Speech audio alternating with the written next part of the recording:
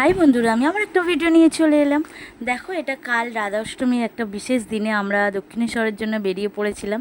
ট্রেনে বসে পড়েছি। দেখো, সকাল সকাল আমরা মায়ের কাছে পুজো দিতে যাচ্ছি ট্রেনে করে। দেখো, দক্ষিণেশ্বর পৌঁছে গেছি।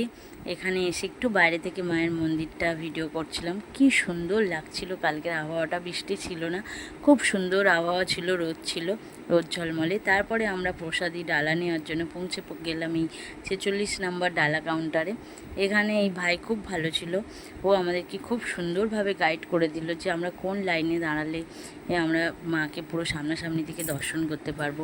তারপরে ওনারই দোকানে, যেহেতু ভেতরে এখন আর মোবাইল অ্যালাউ করে না, তাই ফোন, ব্যাগ, জুতো সব ওই দোকানে রেখে আমরা পুজো দিতে বেরিয়ে পড়লাম। তারপরে পুজো দেওয়া হয়ে যেতে দেখো ক্লান্ত হয়ে গেছে, তিনজনে ওখানে বসেই পড়েছে।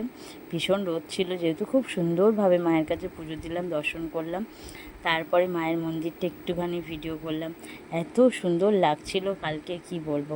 তারপরে আমরা বেরিয়ে পড়েছি বাড়ি চলে আসার জন্য। দেখো, অতনু আর প্রামাণিকবাবু আগে আগে যাচ্ছে, আমি পিছনে ছিলাম, ভিডিও করছিলাম। আর কাল ভীষণ রোদ ছিল। তারপরে অতনু একটুখানি